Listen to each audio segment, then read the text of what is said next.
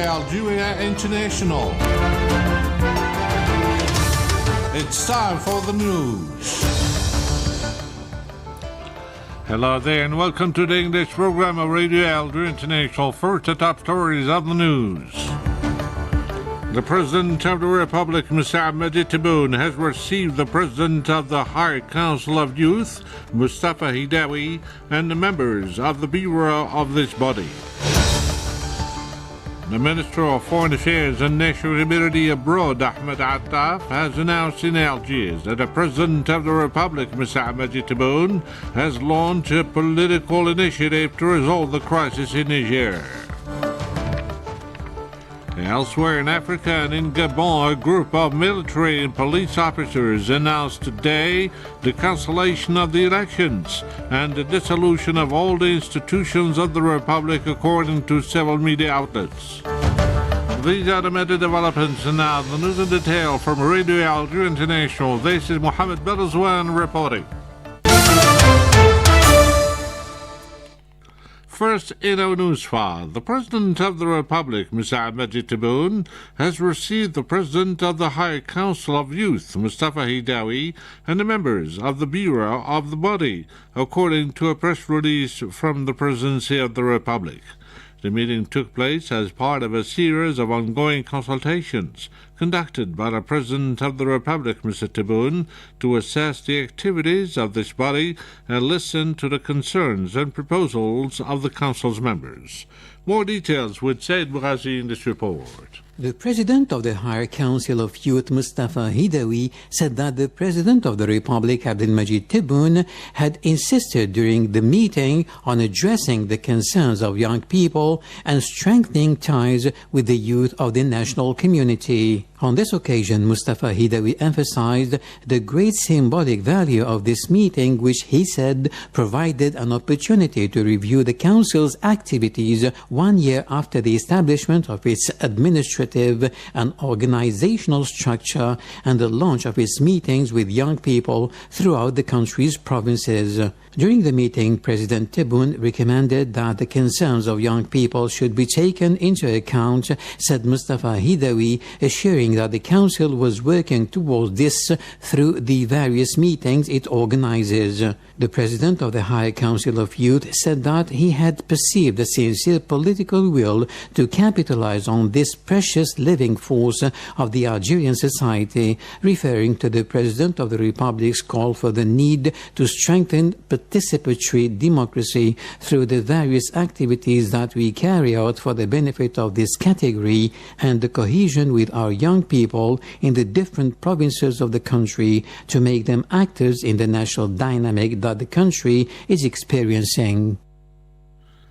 The Minister for Foreign Affairs and National Community Abroad, Mr. Ahmed Attaf, has announced in Algiers that the President of the Republic, Mr. Majid Tebboune, has launched a political initiative to resolve the crisis in Niger within the framework of a vision guaranteeing respect for the principle of rejecting unconstitutional changes and the adherence of all the parties at issue to the peaceful option far from any military intervention. Asibekar has more in this report. Speaking at a press conference at the Algiers International Conference Center, Ahmed Attaf explained that the initiative of the President of the Republic is based on 6 points. تتجسد مبادرة السيد رئيس الجمهورية في 6 محاور. The initiative of the President of the Republic includes 6 points. The first one consists of strengthening the principle of the illegality of unconstitutional changes. Algeria considers itself the moral, ethical, and political guarantor of the principle of the illegality of unconstitutional changes of governments in Africa, given that this principle was legalized and entrenched in Algeria at the African Summit in 1999. In this regard, Algeria will take the initiative at the next African Union Summit to make propositions conditions that strengthen this principle and the mechanisms of implementing it on the ground to put an end to the coups on the continent. In response to a question about possible consultations with France on the crisis in Niger, the minister stressed that it is the President of the Republic who decides when and with whom to establish contacts, referring to meetings scheduled with senior officials at the French Ministry of Foreign Affairs within a week to 10 days. Ahmed Attaf stressed the need to give priority to a political solution and to rule out the use of force given the disastrous repercussions that this option could have for Niger and for the region as a whole, while shedding light on the importance of the 6-month transition period included in the Algerian initiative.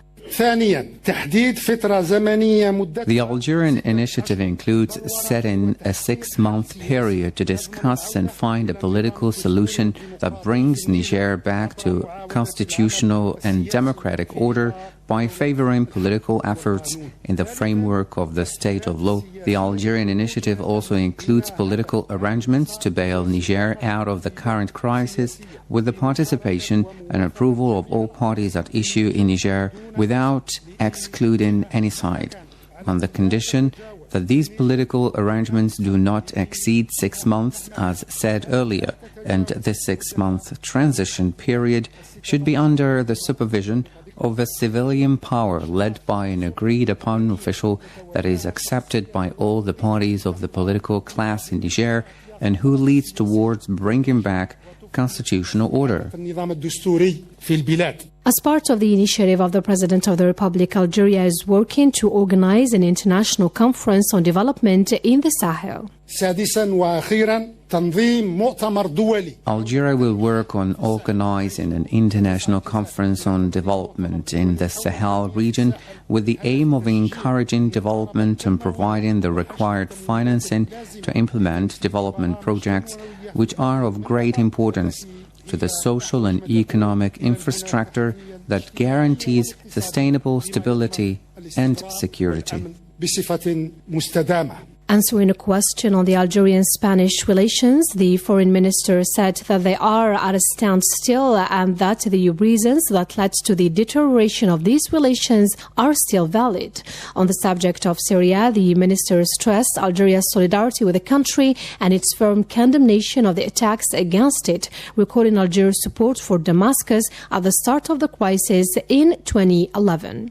With regard to the situation in Mali, the Minister of Foreign Affairs stated that Algeria, with the support of the United Nations, was in the process of considering an alternative to the decision to withdraw from the United Nations multidimensional integrated stabilization mission in Mali, or MINUSMA, in order to relaunch the implementation of the peace and reconciliation agreement resulting from the Algiers process.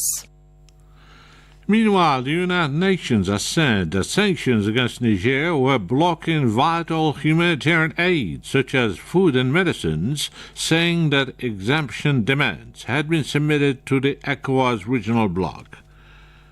Trucks carrying food and humanitarian aid pile up on the land borders of Niger since the unconstitutional change of July 26th, which lead to the skyrocketing of food prices. In other topical news, this week the United Nations entered the second phase of drawing down one of its largest peacekeeping missions, after the military authorities in Mali announced in June that they wanted the mission out by the end of this year. The details with Jamal Selmani in this report. In a video briefing from Mali's capital, Bamako, the head of the mission, Al-Qasim Wayne, told the UN Security Council that the United Nations Multidimensional Integrated Stabilization Mission in Mali, MINUSMA, was entering its last chapter. Speaking about the second and last phase, Al-Qasim Wayne told newsmen the following. A Security Council resolution following the request by the Malian authorities for the withdrawal of the mission mandated that the mission should leave Mali by the end of this year. Accordingly, we developed plans, consultation with all concerned stakeholders that provide for two phases. Phase 1, which started in mid-July until the end of August, provided for withdrawal of the mission from 4 phases. That phase was completed and successfully completed on time. Now we'll be embarking on phase 2. We are confident that the withdrawal will take place within the agreed time frame. Obviously, we are drawing lessons from the first phase to make sure that the second phase proceeds as smoothly or with as little challenges as possible. But so far, we are on track. We are working hard in coordination with the Malian authorities and all other stakeholders to make sure that we pull out of Mali by the end of the year as mandated. UN Secretary General Antonio Guterres underlined that the withdrawal of nearly 13,000 troops is an unprecedented move.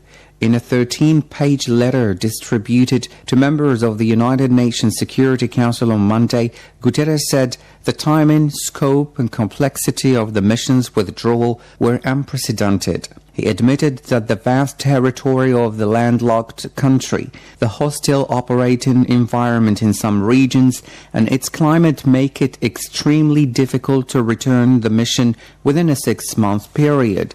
The document was circulated at a meeting of the UN Security Council dedicated to progressing the Malian government's required withdrawal of MINUSMA. Guterres said the logistics of moving troops and equipment was further limited by the presence of armed terrorist groups and the situation in neighboring Niger. The head of the mission, Al-Qasim Wain, told the meeting that the withdrawal was a significant progress and on the right track, but acknowledged that the second phase would be very difficult due to the same factors mentioned by Guterres. The UN Security Council has held a session followed by private consultations on the UN Secretary-General's plan on the transfer of the tasks of MINUSMA ahead of its withdrawal from Mali later this year. Speaking about the challenges and the concerns after the complete withdrawal from Mali, he added, Well, as you know, the Security Council mandated that the withdrawal should be orderly, secure, and well coordinated with the Malian authorities. And this is what we are trying to do. And in this context, we have paid particular attention to the transfer of tasks. MINUSMA was conducting a number of tasks in its areas of deployment in support of the stabilization of the country. And it's important that we ensure that those tasks are transferred to the Malian authorities, primarily with the possible contribution of other stakeholders, including relevant UN agencies. Clearly, Mali will need the continued support of the international community and the agencies, the funds and programs were in Mali before MINUSMA was deployed and will remain in Mali after MINUSMA pulls out, will continue to avail support to the Malian people and government. The plan includes the contribution of other parties at issue, notably the UN Office for West Africa and the Sahel, in support of the 2015 Peace and Reconciliation Accords born of the Algiers process. Elsewhere in Africa and in Gabon, a group of military and police officers announced today the cancellation of the elections and the dissolution of all the institutions of the Republic, according to several media outlets. One of the military, speaking on behalf of the Committee for Transition and Restoration of Institutions, announced that the general elections of August 26, 2023, as well as the truncated results, are cancelled, and the closure of the country's borders until further notice. Now, in the latest on Sudan, the United Nations has released $20 million to help people in need in Sudan, the scene of a conflict between the army and rapid support forces. More details with Said Bouazi in this report. The amount, which comes from the Central Emergency Response Fund (CERF), is intended to help the growing number of people in need in the country, said the UN Under-Secretary General for Humanitarian Affairs and Emergency Relief Coordinator Martin Griffiths, adding that the displacement of civilians continues on an alarming scale and now exceeds 4.5 million, including 3.6 million internally displaced persons. This new allocation brings total self-funding for Sudan to $60 million. At a time of soaring humanitarian needs, funding remains extremely low. Only 26% of the $2.6 billion requested under the Humanitarian Response Plan for Sudan has been received to date, according to the UN. Last week, the UN warned of the impact of the ongoing conflict in Sudan on the region as a whole, noting that the crisis was fueling a humanitarian emergency of epic proportions. In a statement, Martin Griffiths expressed his concern about the spread of violence in Sudan and the risk of lasting conflict in the entire region. This spreading conflict and the hunger, disease and displacement it is causing now threatens to engulf the whole country, warned the UN official, adding that a viral and prolonged conflict in Sudan could tip the entire region into a humanitarian catastrophe. To the Western Sahara file, World Beyond War, WBW, the global anti-war organization, has awarded its annual prize to the Sahrawi human rights activist Sultana Sid Brahim Khaya, one of the symbols of the Sahrawi people's resistance in the occupied territories of Western Sahara, according to the organization's website. Won in 2022 by New Zealand filmmaker William Watson, Sultana Khaya was awarded the Individual War Abolitionist Prize for 2023 by Palestinian Mohammed Abu Nahel. You are still tuned to Radio Algeria International. Now I invite you to listen to the second part of our program, with the program devised and presented by Mohammed Khatel.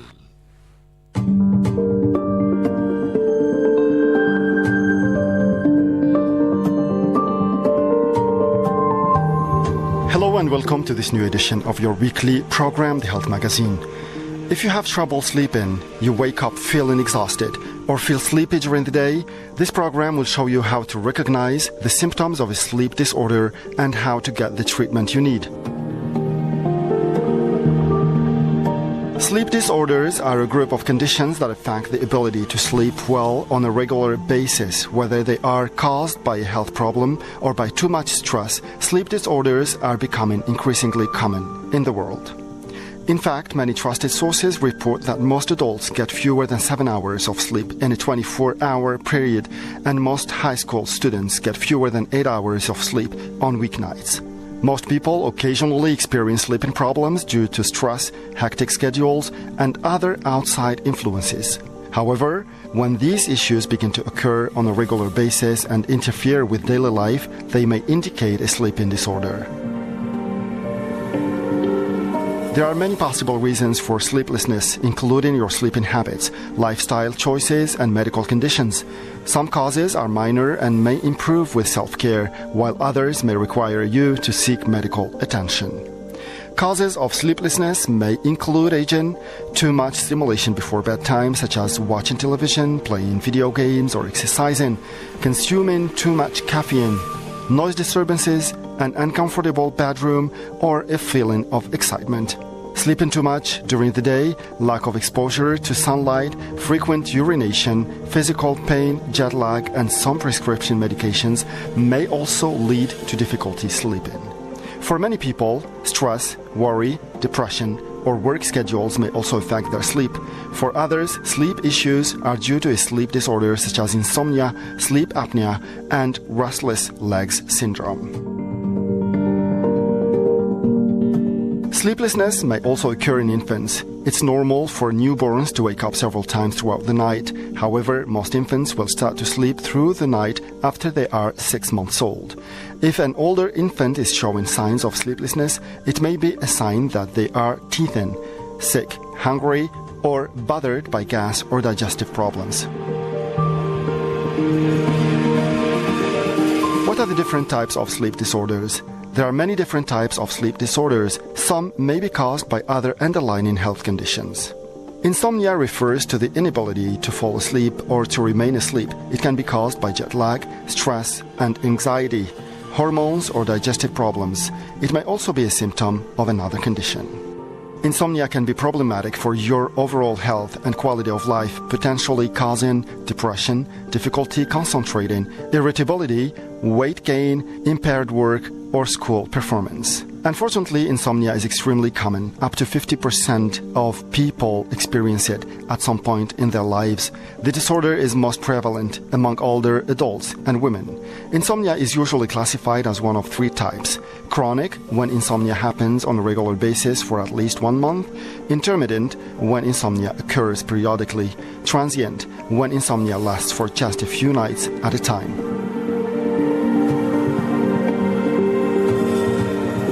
Sleep apnea is characterized by pauses in breathing during sleep. This is a serious medical condition that causes the body to take in less oxygen. It can also cause you to wake up during the night. There are two types. First, obstructive sleep apnea, where the flow of air stops because airway space is obstructed or too narrow. And second, central sleep apnea, where there is a problem in the connection between the brain and the muscles that control your breath. Parasomnias are a class of sleep disorders that cause abnormal movements and behaviors during sleep.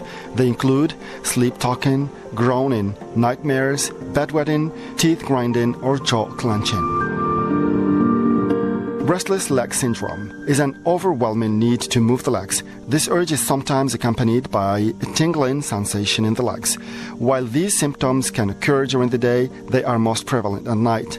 Restless leg syndrome is often associated with certain health conditions, including attention deficit hyperactivity disorder and Parkinson's disease, but the exact cause isn't always known.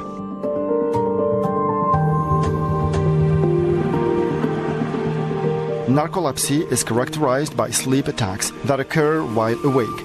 This means that you will suddenly feel extremely tired and fall asleep without warning. The disorder can also cause sleep paralysis, which may wake you physically unable to move right after waking up. Although narcolepsy may occur on its own, it is also associated with certain neurological disorders such as multiple sclerosis. Now, what are the symptoms of sleep disorders? Symptoms differ depending on the severity and type of sleep disorder. They may also vary when sleep disorders are a result of another condition. However, general symptoms of sleep disorders include difficulty falling or staying asleep, daytime fatigue, strong urge to take naps during the day, unusual breathing patterns, unusual or unpleasant urges to move while falling asleep, unusual movement or other experiences while asleep, unintentional changes to your sleep-wake schedule, irritability or anxiety, impaired performance at work or school, lack of concentration, depression, and weight gain. What causes sleep disorders? There are many conditions, diseases, and disorders that can cause sleep disturbances. In many cases, sleep disorders develop as a result of an underlying health problem. Allergies and respiratory problems. Allergies, colds, and upper respiratory infections can make it challenging to breathe at night. The inability to breathe through your nose can also cause sleeping difficulties. Nocturia or frequent urination may disturb your sleep by causing you to wake up during the night. Hormonal imbalances and diseases of the urinary tract may contribute to the development of this condition. Be sure to call your doctor right away if frequent urination is accompanied by bleeding or pain.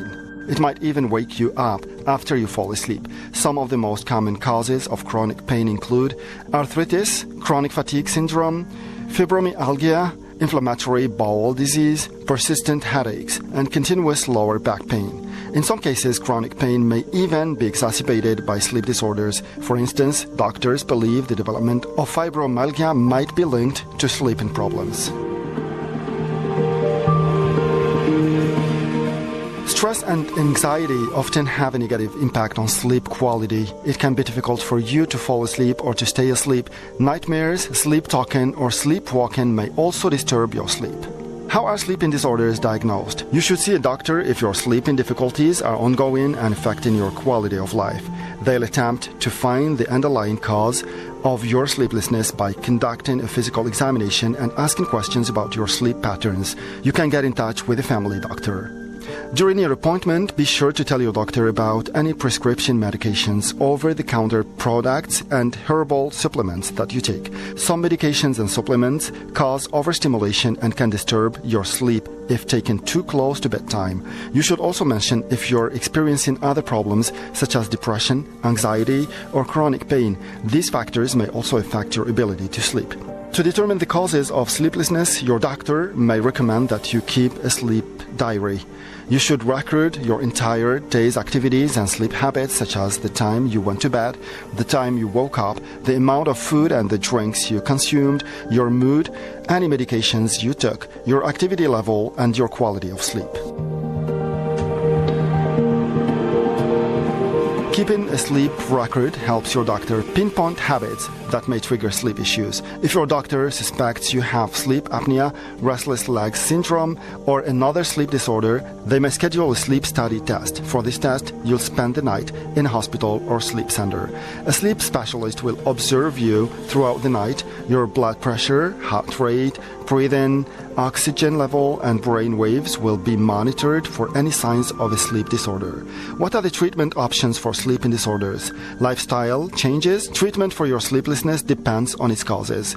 In some cases, at-home remedies or simple lifestyle changes can improve the quality of your sleep. You may want to avoid caffeine or alcohol for at least a few or more hours before bed. Limit any daytime napping to 30 minutes or not at all, if possible. Keep your bedroom dark and cool. Avoid stimulating activities before bedtime and allow 7 to 8 hours for sleep each night. Listening to soothing music and taking a hot bath before bedtime may also help. Keep a regular sleep schedule. You may also purchase some sleep aids without a prescription. However, sleep aids can cause daytime drowsiness if you don't get a full 7 or 8 hours of sleep. Also, don't use these products on a daily basis as it may lead to a dependency. Remember to always read the directions closely and take the medication as directed. If a medical condition or sleep disorder is causing you problems, you'll need treatment for the underlying condition. For example, if your sleep is affected by anxiety disorder or depression, your doctor may prescribe an anti-anxiety or antidepressant medication to help you cope with worry, stress, and feeling of hopelessness. If left untreated, chronic sleep problems can greatly affect your quality of life. Your reaction time when driving may increase, which increases your risk of an accident. Poor sleep quality may also reduce your performance levels on the job or at school. It may also weaken your immune system, resulting in more colds and illnesses. Talk to your doctor if your sleeping problems become frequent. Your doctor can help recommend various treatment methods. Good sleep is incredibly important. It helps you feel good and makes your body and brain function properly. Some people have no problem falling asleep, however, many others have severe difficulty falling and staying asleep through the night. Poor sleep can have negative effects on many parts of your body and brain, including learning, memory, mood, emotions, and various biological functions. Here are 20 simple ways to fall asleep as fast as possible. Lower the temperature, use the 4-7-8 breathing method, get on a schedule, experience both daylight and darkness, practice yoga, meditation, and mindfulness, avoid looking at your clock, avoid naps during the day, watch what and when you eat, listen to relaxing music, exercise during the day, get comfortable, turn off all electronics, try aromatherapy, practice writing before bed, limit caffeine and drink a soothing beverage, adjust your sleep position, read something, focus on trying to stay awake, visualize things that make you happy, and try sleep-enhancing supplements. The bottom line is, having trouble falling and staying asleep is not only frustrating, but it can also affect your mental and physical health. Using the techniques above can help you fall asleep quickly while sleeping much better and having more energy the next day. And with this, we come to the end of this edition of the Health Magazine. Don't forget to join us next week for another edition that deals with another health issue for your well-being and the well-being of your family and friends.